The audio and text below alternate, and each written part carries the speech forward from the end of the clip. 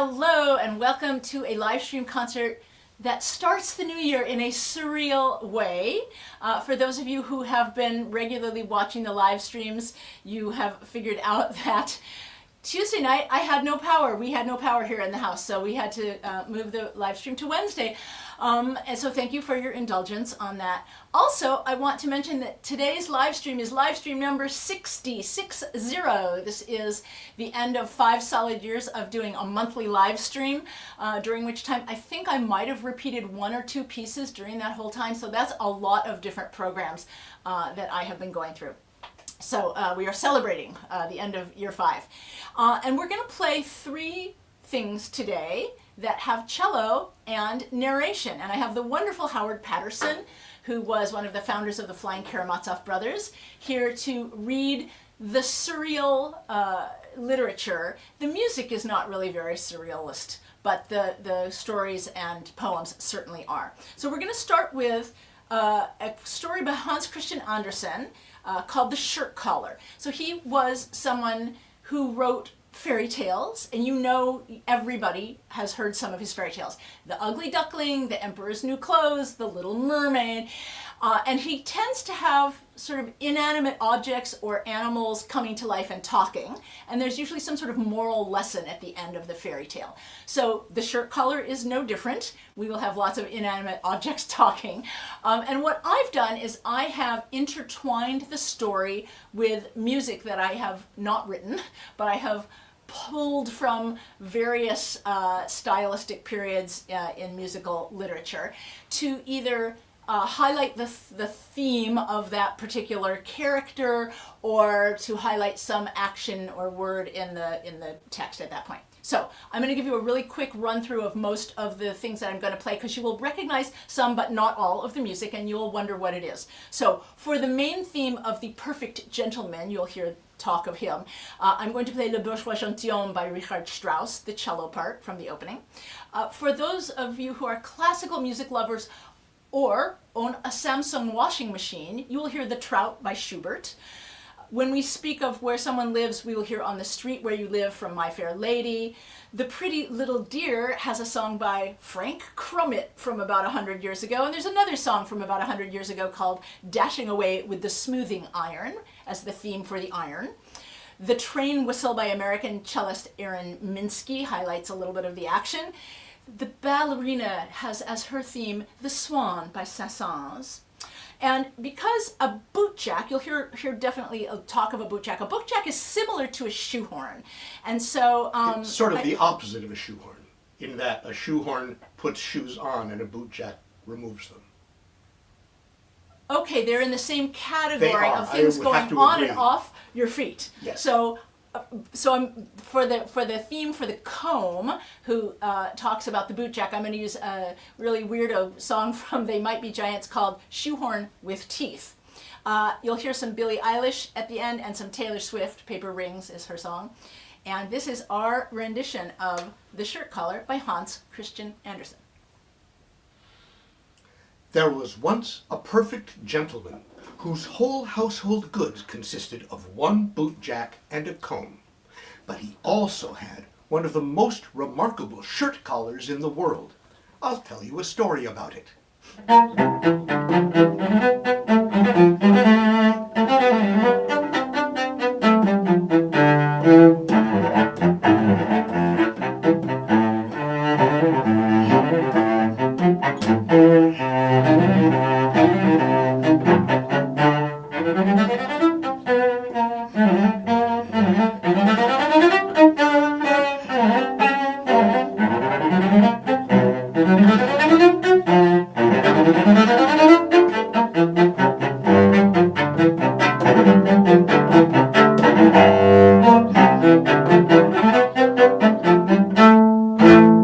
When the shirt collar had passed his prime, he turned his thoughts to marriage.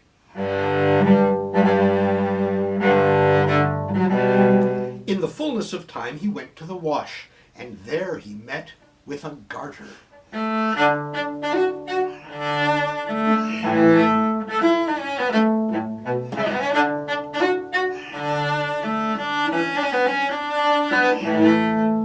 My, said the collar. so slender, so tender, so neat and nice as you are, I never did see. May I know your name?" "No," said the garter, "I won't tell you." "Oh, then at least tell me where you live," asked the collar. But the garter was so modest that she couldn't bring herself to answer such an embarrassing question.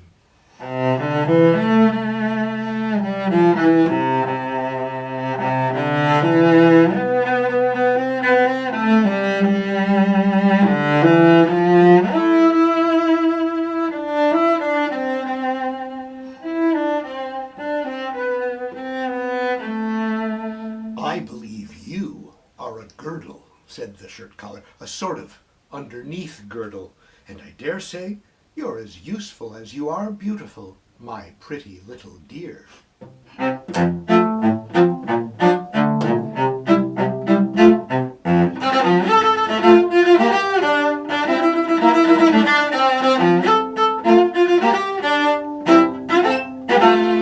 "I forbid you to speak to me," said the garter. "I'm sure I haven't given you the slightest encouragement."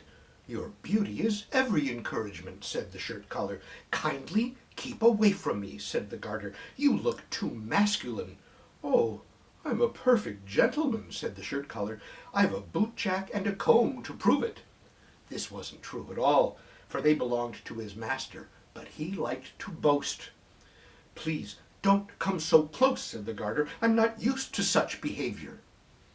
"Prude," the collar said, as they took him from the wash tub.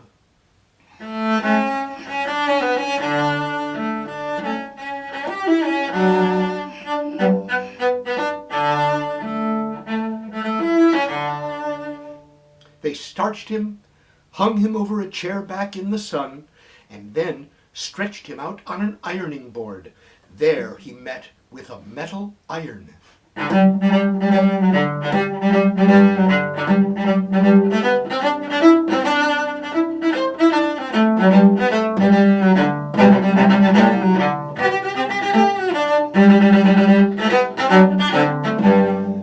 dear lady," said the collar, "you adorable widow woman, the closer you come, the warmer I feel. I'm a changed collar since I met you. Without a wrinkle left in me, you burn clear through me. Oh, won't you be mine?"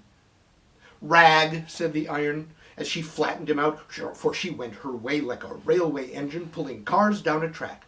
Rag was what she said.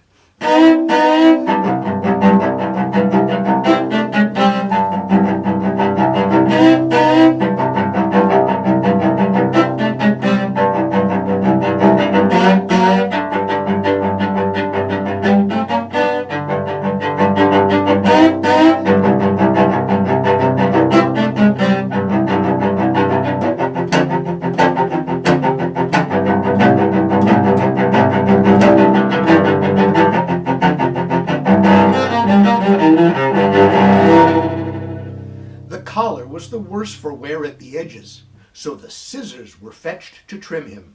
"Oh," said the collar, "you must be a ballet dancer. How straight you stretch your legs out. Such a graceful performance. No one can do that like you." "I'm well aware of it," said the scissors.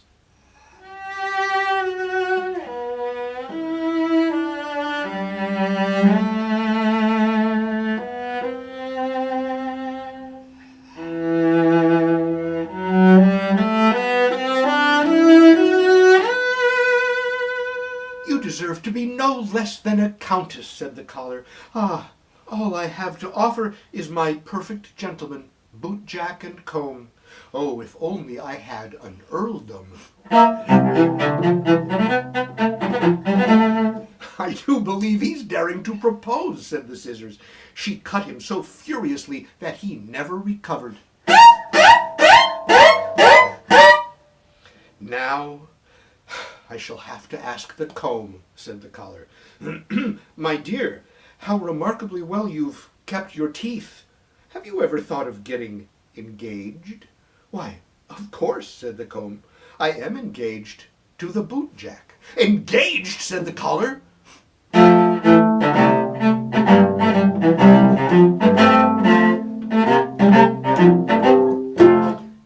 there was no one left for him to court, the collar pretended that he had never meant to marry.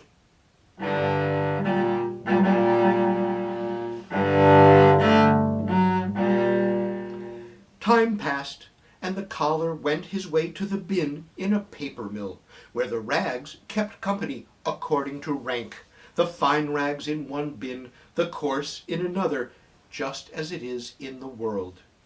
They all gossiped aplenty, but the collar chattered the most, for he was an awful braggart. "I've had sweethearts by the dozen," he told them. "Ladies never would leave me alone, and you can't blame them, for I was such a perfect gentleman, stiff with starch, and with a boot jack and comb to spare. You should have seen me then. You should have seen me unbend."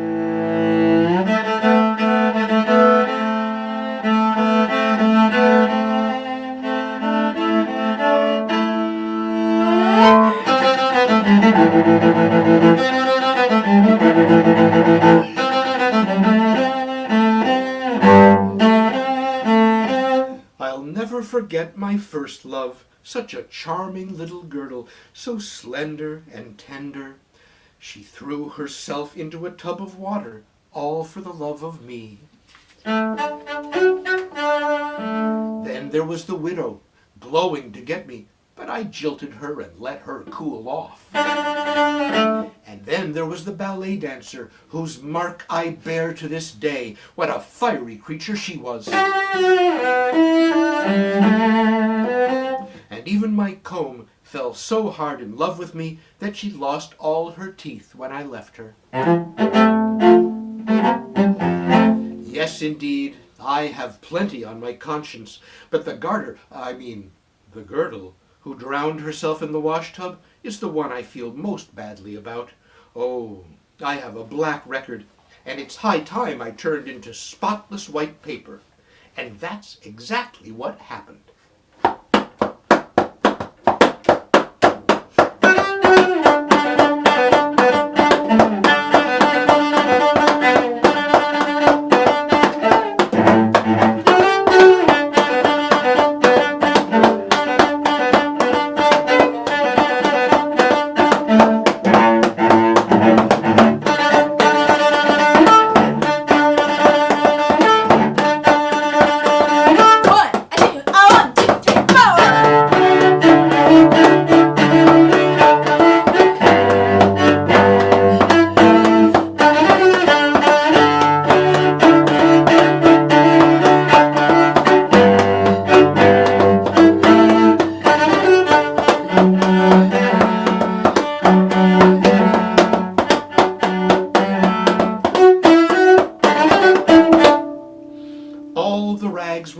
Into paper, and the collar became the page I'm reading now, the very paper on which this story is printed. That was because he boasted so outrageously about things that never had happened. So let's be careful to behave better than he did, for you never can tell. Someday we may end up in the rag bag and be made into white paper on which the whole story of our life is printed in full detail. Then we'd have to turn tattletale on ourselves, just as the shirt collar has done.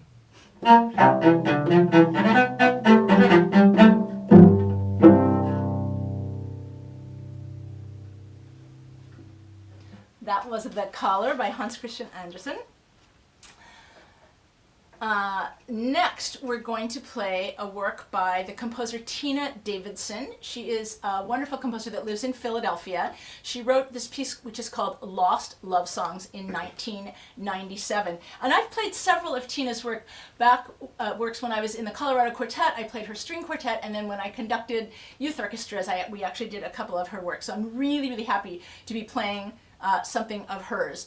She wrote this piece as a collaboration with the choreographer Anna Sokolov, and it itself is based on a collaboration between the poet Paul Éluard and the artist Max Ernst, who is a surrealist. They're both surrealist artists, and they, in 1922, wrote a book called The Misfortunes of the Immortals, which is a book that combines poetry with kind of line drawing, and they were inspired with one to the other to put this book together. So what Tina did is she took 7 of the poems and took snippets of them and then wrote music that was inspired by these poems. So Howard's going to read the poems as they exist in the snippets that Tina pulled out. So she often pulls out just the first line and maybe a verse or two from the poem. And so what I'm going to do is I'm not actually going to play the entire piece. There are 7 movements, and it's a little bit long for this program. So I'm going to play 4 of them. I'm going to play movements 1, 3, 6, and 7. Howard's going to read all of the poems, which are, as I say, they're excerpted, so they're pretty short. And what I'm going to do on the ones where I'm not playing the full movement that Tina Davidson wrote, I will play just the very end of it as a sort of connector. Since she snippeted from the fronts of the poems, I'm going to play the ends of the movements and square it all up. So this is the 7 movements of Lost Love Songs by Tina Davidson. 1. The Meeting of Two Smiles. In the kingdom of the hairdressers, those who are happy do not spend all their time getting married.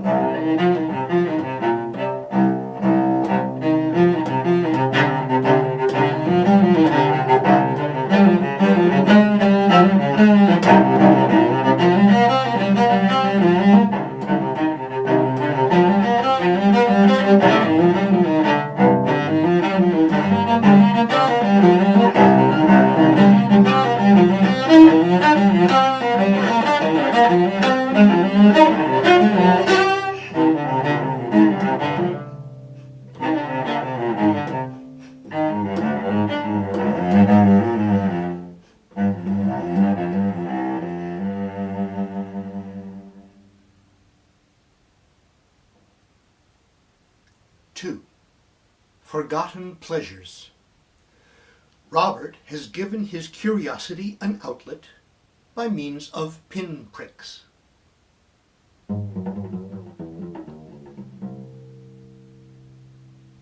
3. The cleaning of the tile does not make the cleanest love. To keep her from endless discussions which slowed down their usual love-making, the priest locked up his young and lovely wife in a secret place. Hidden in the lilacs, the prisoner, though enclosed in tiles, keeps before her curiously perfect memories.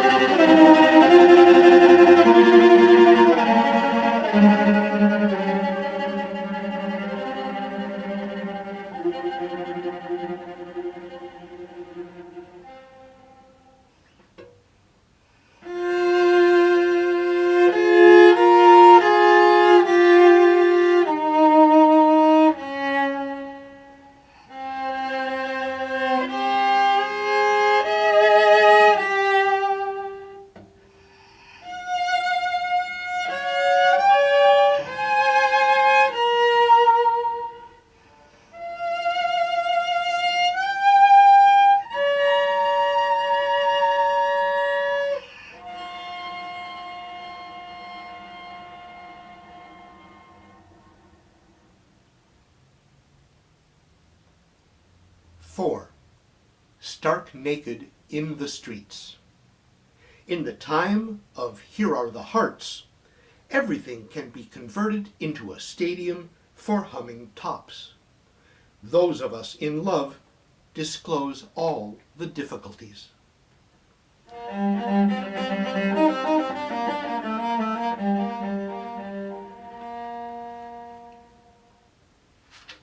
Five, the hour of keeping silent. Near the lip seen on the water, the coquette, whose hair has lost its curl, promenades the light in her eyes, eyes as plump as Cupid's.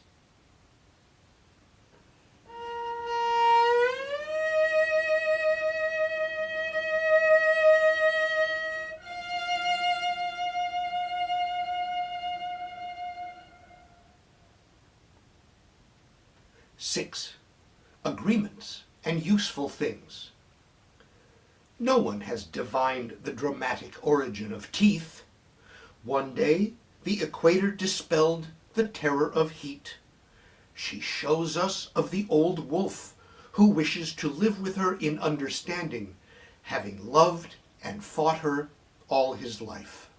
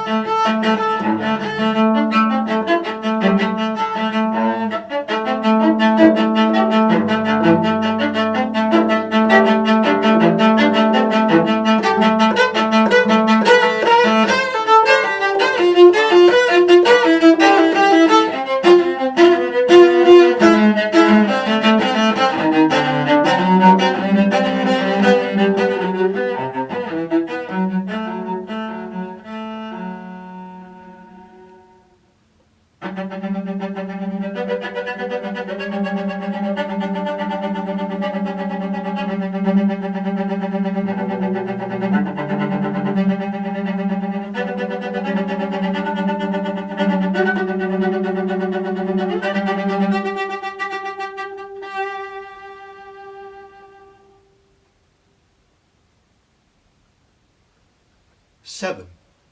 A fly on his hand. A fly on his hand.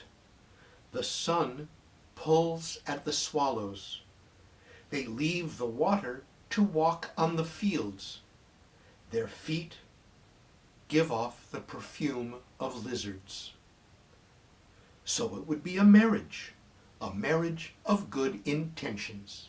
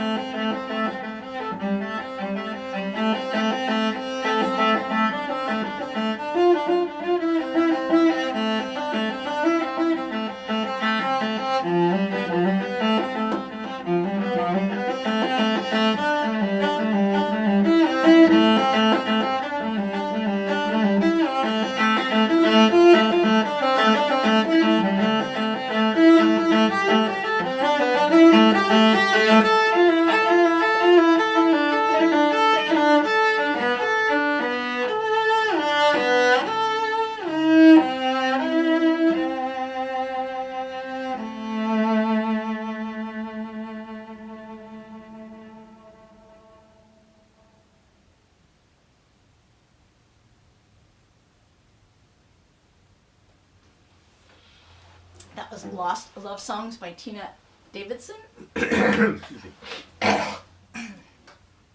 So our last piece today is The Sorcerer's Apprentice. This is a poem by Goethe, Johann Wolfgang von Goethe, which was written in 1797. And it is about the assistant to a magician, a sorcerer, who, when his master goes away, decides to stop doing his work and to use a magic spell to turn a broom into a living thing to carry buckets of water. And it all goes terribly wrong, and there become many brooms and a flood, and finally the master comes back and saves the situation. 100 years after the poem was written, in 1897, a French composer named Paul Dukas wrote a wonderful, vivid, colorful piece for full orchestra that really closely follows this story by Goethe.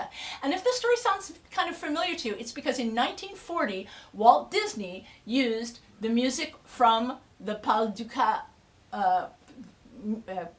orchestral piece, plus this Goethe story, and he gave Mickey Mouse the role of the Sorcerer's Apprentice, and he used this in his movie Fantasia. And if you haven't ever seen this after the live stream, you should go look it up because it is really very wonderful.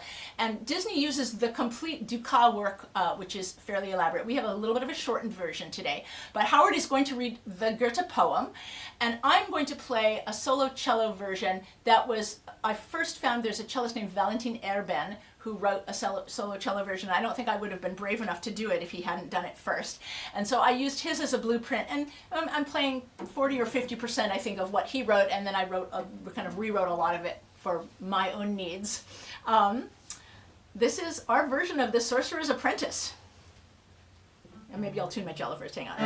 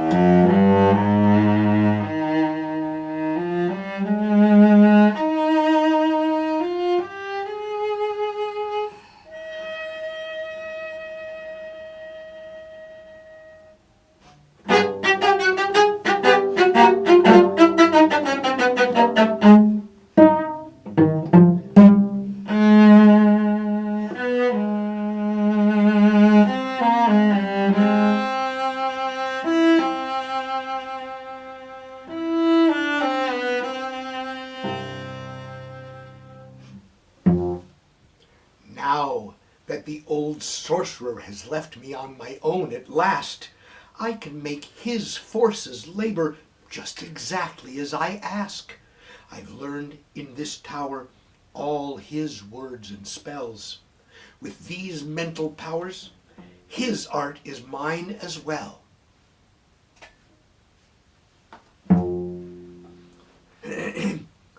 Walle, walle manche Strecke, das zum Zwecke Wasser fließe und mit reichem, vollem Schwalle zu dem Bade sich ergieße. Hurry, hurry, fetch the water, bring it quickly, come get going, fill the buckets and don't dawdle, fill the bath, we need it flowing.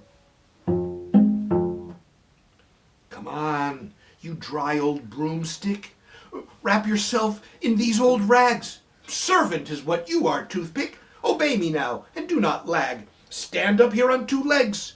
Screw a head on top. Run down to the stream's edge with the water pot.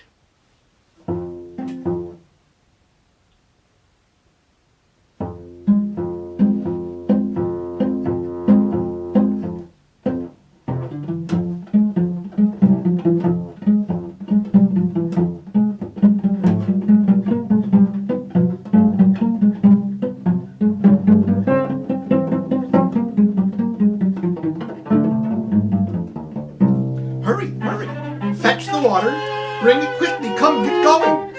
Fill the buckets and don't dawdle. Fill the bath, we need it flowing. Look, it's running to the river. See, it's made it to the stream. Like an arrow from a quiver, shooting its way straight to me. They run back already for the second time, filling buckets steadily as the water climbs.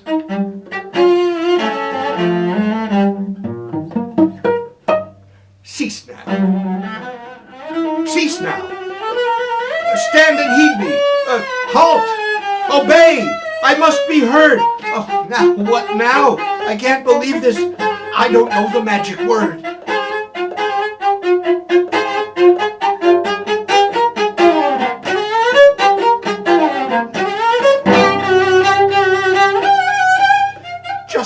word to end this madness. Ah, it's going to be my doom. Endless water. Oh, what badness. Stop, please, and just be a broom. Non-stop, it keeps hauling water from the stream.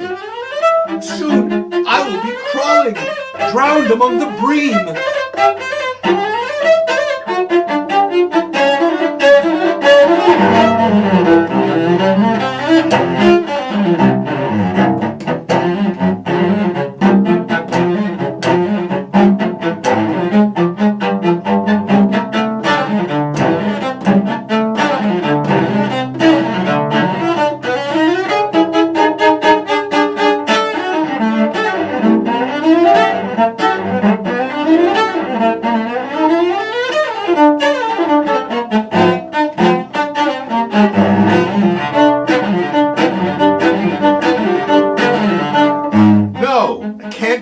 Any longer. Nasty creature! How deceitful! Oh, this couldn't be much longer. Ghastly features! Oh, it's evil! Fie, you wicked spawn of Satan! Would you have the whole house drown? Water's pouring down the stairwell, water's gushing all around. You're a wicked broomstick pretending not to hear. Turn back into wood, imp, or I'll teach you to fear. Will you not just cease your running? I must catch you! I must snatch you! Though you may be fast and cunning, this sharp axe, it will dispatch you.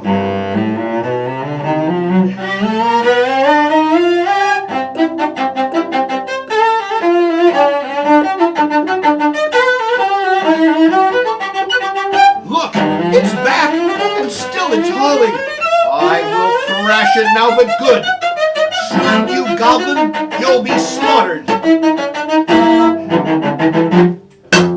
Bullseye, sliced into the wood. Perfect, right on target.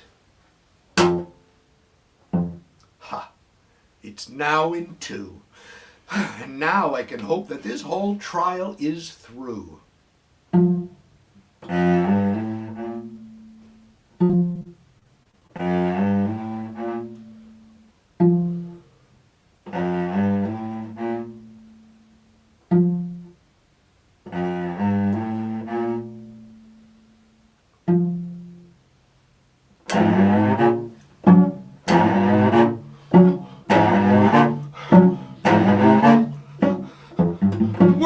Worry, 2 live pieces. This increases all my problems. Help me, please, oh higher powers. Save me from these 2 new goblins. Still they're running, wet and wetter. Down the steps, the water's falling. How appalling, all this water. Lord and Master, hear me calling.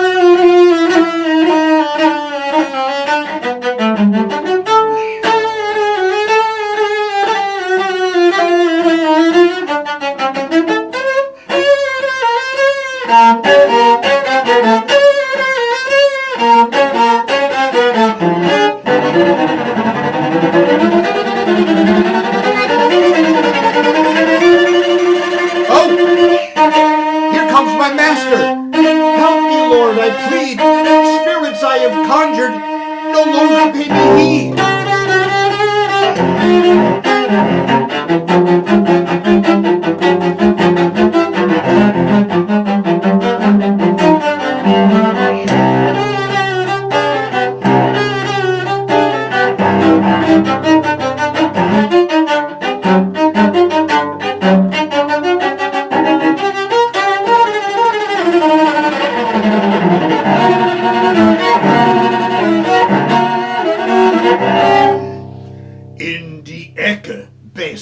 Besen, sei's gewesen, denn als Geister ruft euch nur zu seinem Zwecke. Erst hervor, der alte Meister. Broomstick, broomstick, to the corner go now. I'm the master here. Spirits, spirits, when I need you, only then may you appear.